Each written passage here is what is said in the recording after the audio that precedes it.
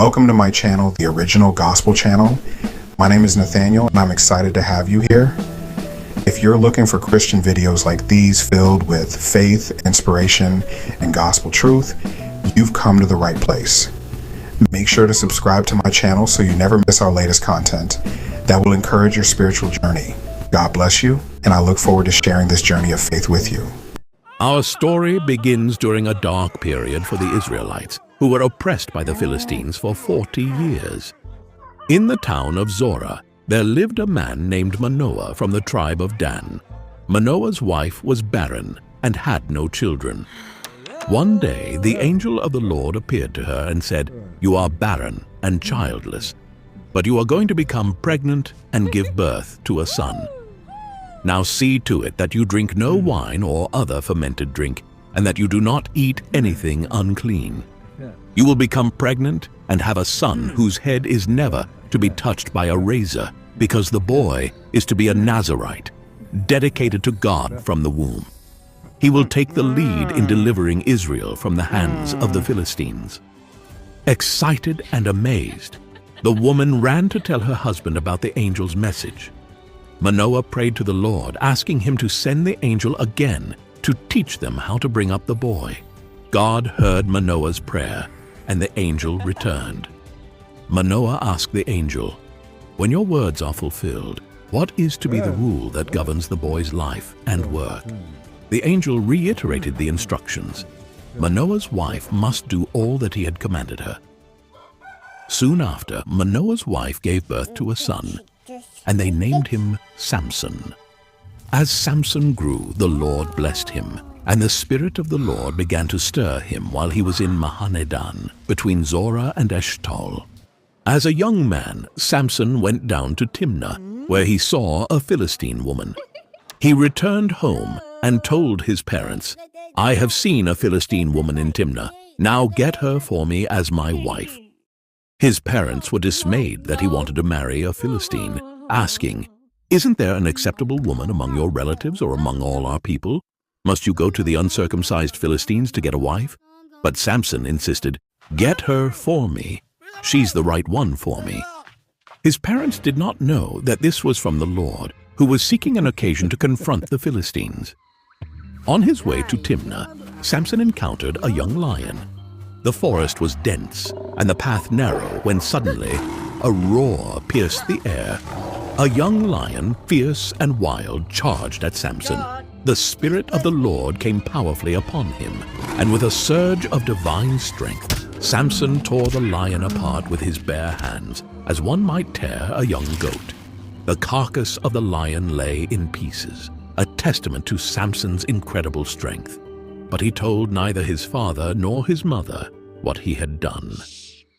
Later, when he returned to marry the woman, he turned aside to look at the lion's carcass. In it, he saw a swarm of bees and some honey. He scooped out the honey with his hands and ate it as he went along. When he rejoined his parents, he gave them some, and they too ate it. But he did not tell them that he had taken the honey from the lion's carcass. At the wedding feast in Timnah, Samson proposed a riddle to his 30 Philistine companions. "Let me tell you a riddle," Samson said to them. "If you can give me the answer within the 7 days of the feast, I will give you 30 linen garments and 30 sets of clothes. If you can't tell me the answer, you must give me 30 linen garments and 30 sets of clothes." "Tell us your riddle," they said. "Let's hear it." He replied, "Out of the eater, something to eat. Out of the strong, something sweet." For 3 days, they could not give the answer. On the 4th day, they said to Samson's wife, "Coax your husband into explaining the riddle for us, or we will burn you and your father's household to death. Did you invite us here to steal our property?" Then Samson's wife threw herself on him, sobbing, "You hate me. You don't really love me. You've given my people a riddle, but you haven't told me the answer." "I haven't even explained it to my father or mother," he replied. "So why should I explain it to you?" She cried the whole 7 days of the feast. So on the 7th day, he finally told her because she continued to press him. She in turn explained the riddle to her people. Before sunset on the seventh day, the men of the town said to him, "What is sweeter than honey? What is stronger than a lion?" Samson said to them, "If you had not plowed with my heifer, you would not have solved my riddle." Then the Spirit of the Lord came powerfully upon him. He went down to Ashkelon, struck down 30 of their men, stripped them of everything, and gave their clothes to those who had explained the riddle. Burning with anger, he returned to his father's home. And Samson's wife was given to one of his companions who had attended him at the feast. Later on, during the wheat harvest, Samson took a young goat and went to visit his wife. He said, "I'm going to my wife's room," but her father would not let him go in. "I was so sure you hated her," he said, "that I gave her to your companion. Isn't her younger sister more attractive? Take her instead." Samson said to them, "This time I have a right to get even with the Philistines. I will really harm them." So he went out and caught 300 foxes and tied them tail to tail in pairs. He then fastened a torch to every pair of tails, lit the torches, and let the foxes loose in the standing grain of the Philistines. Fields were ablaze, the smell of burning crops filled the air, and the cries of the Philistines echoed as their livelihood went up in flames. He burned up the shocks and standing grain together with the vineyards and olive groves. When the Philistines asked, "Who did this?" they were told, "Samson, the Timnite's son-in-law, because his wife was given to his companion." So the Philistines went up and burned her and her father's house down. Samson said to them, "Since you've acted like this, I swear that I won't stop until I get my revenge on you." He attacked them viciously and slaughtered many of them. Then he went down and stayed in a cave in the rock of Etam. The Philistines went up and camped in Judah, spreading out near Lehi. The people of Judah asked, "Why have you come to fight us?" "We have come to take Samson prisoner," they answered, "to do to him as he did to us." Then 3,000 men from Judah went down to the cave in the rock of Etam and said to Samson, "Don't you realize that the Philistines are rulers over us? What have you done to us?" He answered, "I merely did to them what they did to me." They said to him, "We've come to tie you up and hand you over to the Philistines." Samson said, "Swear to me that you won't kill me yourselves." "Agreed," they answered. "We will only tie you up and hand you over to them. We will not kill you." So they bound him with 2 new ropes and led him up from the rock. As he approached Lehi, the Philistines came toward him shouting. The Spirit of the Lord came powerfully upon him. The ropes on his arms became like charred flax, and the bindings dropped from his hands. Finding a fresh jawbone of a donkey, he grabbed it and struck down 1,000 men. The ground was littered with the fallen, Samson standing tall, bloodied but victorious, the jawbone clutched in his hand. Then Samson said, "With a donkey's jawbone I have made donkeys of them. With a donkey's jawbone I have killed 1,000 men." When he finished speaking, he threw away the jawbone, and the place was called Ramath Lehi. Because he was very thirsty, he cried out to the Lord, "You have given your servant this great victory. Must I now die of thirst and fall into the hands of the uncircumcised?" Then God opened up the hollow place in Lehi, and water came out of it. When Samson drank, his strength returned, and he revived. So the spring was called En-Hakkore, and it is still there in Lehi. One day, Samson went to Gaza, where he saw a beautiful woman. He went in to spend the night with her. The people of Gaza were told, "Samson is here." So they surrounded the place and lay in wait for him all night at the city gate. They made no move during the night, saying, "At dawn we'll kill him." But Samson lay there only until the middle of the night. Then he got up and took hold of the doors of the city gate, together with the 2 posts, and tore them loose, bar and all.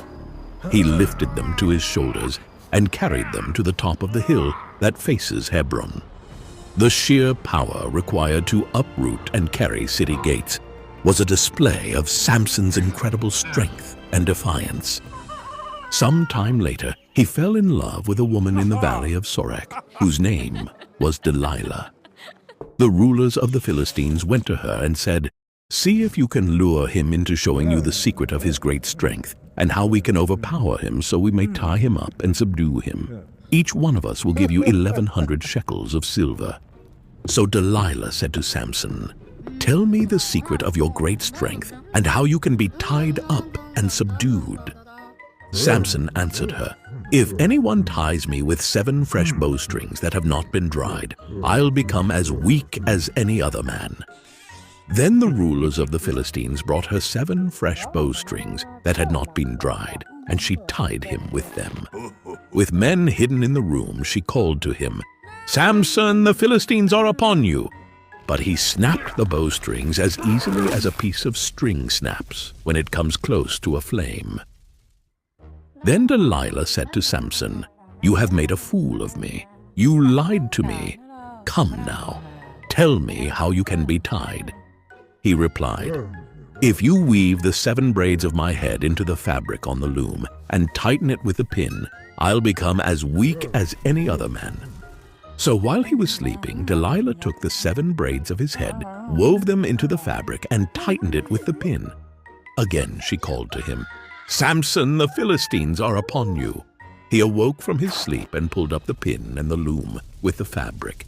Then she said to him, "How can you say I love you when you won't confide in me? This is the 3rd time you have made a fool of me and haven't told me the secret of your great strength." With such nagging, she prodded him day after day until he was sick to death of it. So he told her everything. "No razor has ever been used on my hair," he said, "because I have been a Nazirite dedicated to God from my mother's womb. If my head were shaved, my strength would leave me, and I would become as weak as any other man." When Delilah saw that he had told her everything, she sent word to the rulers of the Philistines, "Come back once more. He has told me everything." So the rulers of the Philistines returned with the silver in their hands. After putting him to sleep on her lap, she called for someone to shave off the 7 braids of his hair, and so began to subdue him, and his strength left him. Thank you for being a part of this amazing mission. To like the video, comment your thoughts, and share it with your friends and family. Thank you for watching. Hey everyone, thank you so much for watching today's video. I really hope you enjoyed it and found it helpful. If you did enjoy this content, don't forget to hit that subscribe button and ring the notification bell. It really helps the channel grow and means the world to me. Check out these other videos you might love. Thanks again for being part of this amazing community. See you in the next video.